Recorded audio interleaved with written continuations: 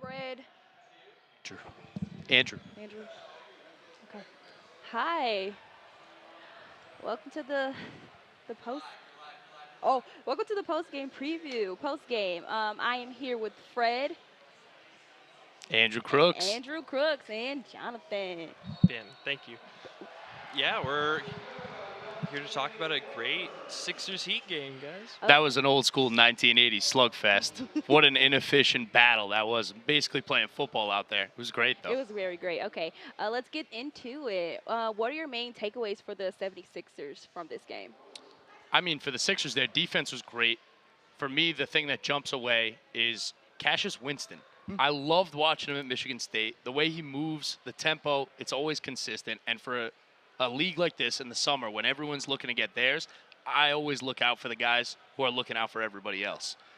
And he went out there tonight, super efficient, 4 for 7, 9 points, 7 assists, ran the offense very smooth all night. And for a long time, it looked like the Heat were going to pull it out. And I think the Sixers' maturity level and amount of actual NBA talent who have that experience is what took them over the top. Guys, I'm kind of this was very sloppy play from in my perspective. Very sloppy play from both sides. I know it's a summer league.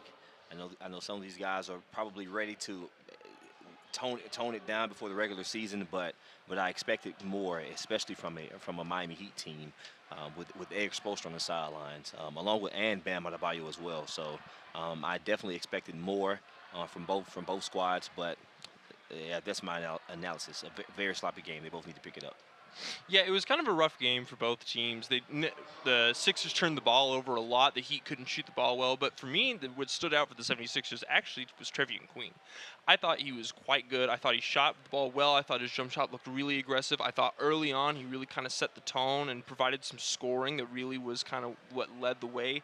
I thought their guard play was pretty good. You know, these are teams that are looking for anybody that's just going to fill that last rotation spot. These are teams that are some of the best in the Eastern Conference. They're just looking for that 9th, 10th, 11th guy. Especially, you know, the Heat, too, have got a major track record of pulling guys that you don't think about, and then they become critical rotation players, and I think we could see that tonight. That's that Heat culture, baby. Heat culture.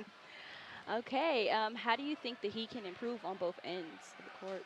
Well, I think defensively they were great. I mean, if you hold a team to 75 points in any NBA game, even in the Summer League, you did your job. Like we talked about, the efficiency just wasn't there. If you shoot 27% from the field with 15 missed layups in the fourth quarter, you're not going to win a lot of basketball games. Not even mentioning their 5 of 31 performance from 3. You'd think with Caron Butler in the second chair, you might know how to shoot a 3 or 2. I don't know, just me. Back to Queen, though, I'm just thrilled that he got a shot. He earned it last year going 25, 6, and 7 in the G League. Rightfully deserving his MVP, leading the RGV Vipers all the way to the title. And I think he's the only guy on the Sixers roster who actually has a shot of not only making the team, but cracking the rotation. For me, Andrew, of course, Miami, they held the Sixers to 75 points, but the Heat barely cracked 70. They were horrible. Like I'm gonna continue to harp on it. The Heat culture has they have a specific way that they do things down in Wade County, and it didn't show tonight. Yeah, I mean, yeah, Pat Riley may not be, and Eric Spoelstra may not be that enthused about that, but I do think there are some players to look at that had pretty decent performances tonight. I look at Hayward Highsmith. I think he really stuffed the stat sheet. He had he had 7 rebounds, 2 assists, 3 steals, 3 blocks, 17 points. He was all over the place. I thought he was a great scorer for them, a consistent option. Kind of faded away a little bit late in the game. The Heat really did struggle, but they were hustling everywhere. They were out-rebounding the Sixers for most of the game. They forced a ton of turnovers, got onto a ton of loose balls, and if you're not going to shoot well, you got to create extra possessions somehow, and the Heat found ways to do that, for sure. Listen, there's no way Javonte Smart. There's no way he should have had 26 attempts. 26 shot attempts on. Of course, he had 20 points, but on 26 attempts in 33 minutes. And so, I just think overall, as a team, they need to play more together. And of course that takes time and in reps. But yeah, there's no way one player should have that many shot attempts that's not named Dwayne Wade. I will. If they had D Wade, they win this game by 50. He was in attendance today. I saw him talking to Donovan Mitchell earlier. Might be trying to bring him to Miami. That'd be fun. I will say one thing about the Heat. They were missing their first-round pick, Nikola Jovic, tonight. I was excited to see him. He looks great so far in Summer League, and that's their Cassius Winston. That's the guy that sets the tone. That's the guy that gets everybody involved. He kind of plays like his namesake Nikola Jokic, which would have been fun to see him in Denver, but I think that's the guy that they were really missing tonight, and that contributed greatly to their inefficiency. Yeah, absolutely. I think this is one of those times in the Summer League where you're kind of diving in a little bit deeper into your roster. You're trying to give everybody a look, get everybody a chance, get them on tape, get them on film so you can scout them, see what they are, give them a chance to kind of prove themselves, see if they've got something. Yeah, I think you're missing Nikola Jovic. Also for the 76ers, I think you were missing Jaden Springer, first-round pick from last year. Really athletic. Could have been a lot of fun to watch in this game. But sometimes, Summer League is about rest. We just saw E.J. Liddell go down with a torn ACL the other day, so we know these teams are protecting their assets too. Absolutely. Who caught your eye that you didn't expect to? For me, Eric Spoelstra on the sideline, Bam Adebayo on the sideline, Daryl Morey on the sideline. Yeah. So honestly, I'm gonna go back to it. It was a very, very sloppy game back and forth. So I'm gonna give it to the star-studded performance in the crowd. I'm going to go the other way. I think for me, what caught my eye was Charles Bassey throwing up a nice goose egg. I was not expecting that from him. I had high hopes for him coming out of college. I thought he might be able to kind of turn it around, find his niche in the league, kind of fit in with the right team. The Sixers seem like they should be a good option for him, but it's Summer League, and he threw up a stat line of 0-4-0. He did have 3 blocks, but he was a -5 in 16 minutes. And he got outplayed every second he was on the floor. And I want to go to the flip side of that. I want to go to the matchup that was against him, which was Orlando Robinson, which I actually thought looked pretty good. He was a really impending force on the inside. He was getting all sorts of rebounds, contesting shots at the rim, getting blocks. He got a steal. He had 4 blocks. That's pretty nice for a Summer League game in only 26 minutes. That's not bad at all. It's almost Chet-esque. Yeah, he it's almost not, got there. He's a little bit bigger and thicker than Chet, so I'm not sure that's the best comparison. But, I think he's definitely a big body that could find his way into the league. I think that was a great performance, a lot of hustle, a lot of heart. But, that's not enough sometimes when you're not shooting well at all. What was the turning point for tonight's game? Well, I go back to those 15 missed layups in the fourth quarter. It was pretty tough to watch. It reminded me of a nice CYO game I played once upon a time, and it was just tough to watch in the fourth quarter. It was a straight dogfight. Yeah. For me, it was very slow paced back and forth, turnover after turnover after turnover, until I'd say about 2 minutes left in the game when the 76ers they sucked less, and it forced them to take and they took the lead with a few free throw attempts to take the lead over the Miami Heat. Fred, that seems a little harsh, and looking at it, they did have 46 turnovers combined, so I think sucked is the exact right word for this game. Sometimes Summer League is not necessarily the pinnacle of NBA competition, but it's still fun. It's still fun to watch all these guys come out and compete. But yeah, for me, the turning point was somewhere around 3 minutes left in the fourth quarter. I feel like you could really tell the 76ers kind of started to really amp it up, started to match the Heat's intensity and energy. And once they didn't have that as an advantage, Philadelphia was shooting the ball better all night. They had, I think, better scorers. I think they had a better team with Winston. Malik Ellenson, I thought, was pretty decent. I thought they had contributions kind of from all over. Tyler Bay. That's exactly what I was really going to say. Yeah, Bringing him off the bench, he didn't miss a shot. He was the only guy in the game who couldn't miss a shot. Bringing 14, plus 14 for the night. That's a guy that maybe won't play for the Sixers, but could be really good for their G League team and provide a little bit of spacing in those garbage time minutes for them this season. Okay. What do you think the Heat are lacking? Jimmy Butler would come to mind. No, like I said earlier, I think if Jovic plays, this is an entirely different game. He sets the tempo. He's driving the bus, especially on the Summer League team. Those first-round guys, especially those who can pass, facilitate, run the offense, those are the guys that make the real difference here.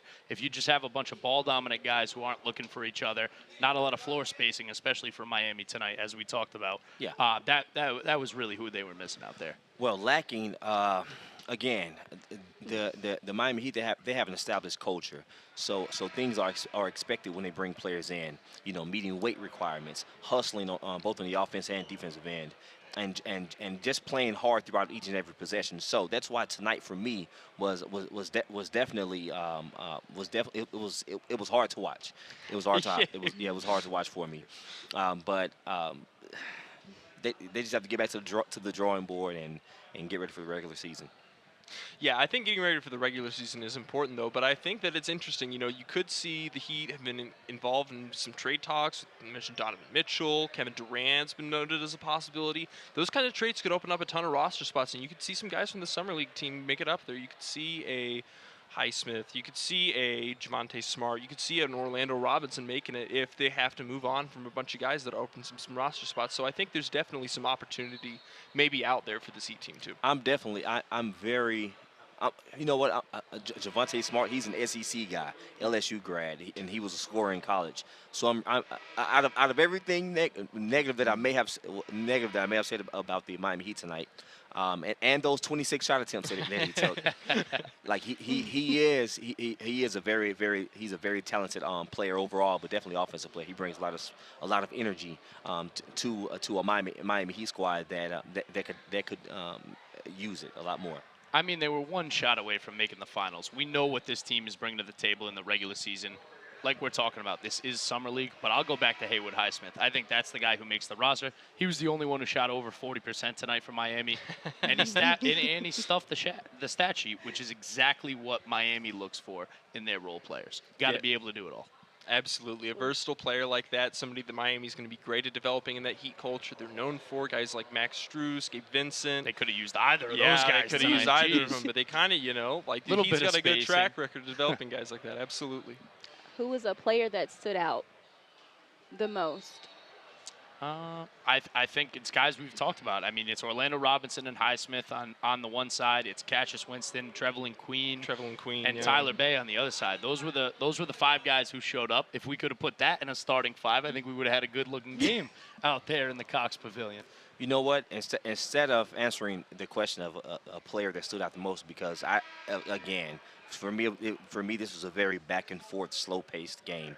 A better question would be, which team do you think can rebound after this very slow-paced game tonight? I mean, I would tend to go with the Sixers.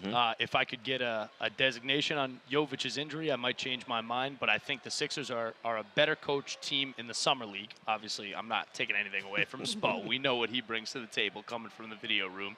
But just as far as their NBA depth, right? You've got Bassey, you've got Queen, you've got Brown Jr., Cassius Winston, Tyler Bay, Foster Jr., Champagnie, Grant Riller, all these guys have played legitimate NBA minutes, whether it's garbage time, whether it's just riding the bench for the year and being around an actual NBA roster. I think that experience makes a difference in Summer League, and I think those guys are more likely to bounce back. I'm actually going to disagree. I think the Heat are going to rebound better from this. I think they played their style of basketball. I think they played a Heat culture game. Like, you know, they shot poorly, but like you just think if they make an average amount of shots, you know, if they just make 35% of their shots or something, they win this game pretty easily. You know what I mean? If they don't blow a ton of layups, a ton of shots at the rim, like those can all go in. And sometimes, you know, basketball's a great game, but sometimes it just comes down to whether the ball goes in or not. Ben, I agree with you. I agree with you on Miami playing their style of basketball. This was a low-scoring game, 71-75, right? It was a rock fight. It was a low-scoring game. They just need to be more consistent on the offensive end. Plain and simple, be more consistent on the offensive end, and that may entail Javonte Smart not taking 26 shot attempts. Oh my goodness! Javonte catching a lot of strays on the show today. He's coming to find you. I'll come to the defense here. Look, when your team's struggling like that, when nobody's got it going, sometimes somebody's just got to take a lot of shots. Sometimes somebody's just got to hoist it up. He was the only guy who felt like he had it tonight. He was being super aggressive. You know, it's not great on the efficiency numbers. His field goal percentage isn't going to be happy about this, but, you know, sometimes you just got to do what you got to do and help your team win, and I think that that's one way to do it. Which team do you think will have the better record? In the regular season? That's tough. In the regular season. They stole PJ. That's interesting. I kind of like that question. That's like, yeah. You know, I'm gonna let you go, Fred. here's the thing. I'm a Miami Heat homer, which is why I'm so tough on them right now. Breaking Okay. news, people. Breaking news. I'm a Miami Heat homer. So I'm gonna go with the Heat. Go with the Heat. They're gonna get back to the Eastern Conference Finals next season. So I'd say Miami 57 wins. Ooh, I like that. 57 A little wins next 57 and 25 for Yeah. Miami. I mean, they were the 1 seed last year, so it's pretty tough for us to say that Philly's going to do it. But I am one of the stands on James Harden Island. My man took a pay cut, first time in his career. He's putting the team first. He's not the isolation scorer. He's back to old James Harden, leading the league in assists, moving the ball correctly. He took the pay cut. He brought in PJ. They brought in Daniel House. Rumor has it Eric Gordon's on the way. It's Rockets 2.0. Daryl's getting everything he wants, and I am all in on the Sixers. If we're going Rockets 2.0, are you saying they're going to blow a 3-1 lead? Or what does that mean? They could blow a 3-1 lead. CP, hey, Joel doesn't have the same hamstrings that CP does, though. So I got a little bit of faith in Joel, Arthur, Embiid, and James Harden getting it done. I'll zig to your zag and go with the Sixers. All right. Yeah, for me, it's really interesting because I feel like the Sixers are loaded with that star talent, Harden and Embiid. You know, even though they may get hurt some during the regular season, Embiid does have that back and those issues that flare up from time to time. And Harden's been known to need to rest occasionally, which is honestly better. But you know, I think Miami just surprises me every year. I think that, you know, I look at the roster and I don't see a ton, but then they come out and they play their style of basketball like they did tonight. They play super tough on defense. They have one of the best training and development programs just as far as like physical conditioning goes in the whole league. They're super onto their guys about making sure they're in shape all the time. And Except Kyle Lowry. sometimes. Honestly, I had to. Listen, they've got He's a personal champion. they've got He's personal a goals champion. for Kyle it. Lowry's a champion. Absolutely. He is the champion. But no, I feel like the Heat are the deeper team, and I feel like that leads to more regular season success. Even though I don't know how it's going to go in the playoffs. I feel like that's the much more interesting question. Well, that's all, folks. Thank you, Ben, Andrew, and Fred for joining me today.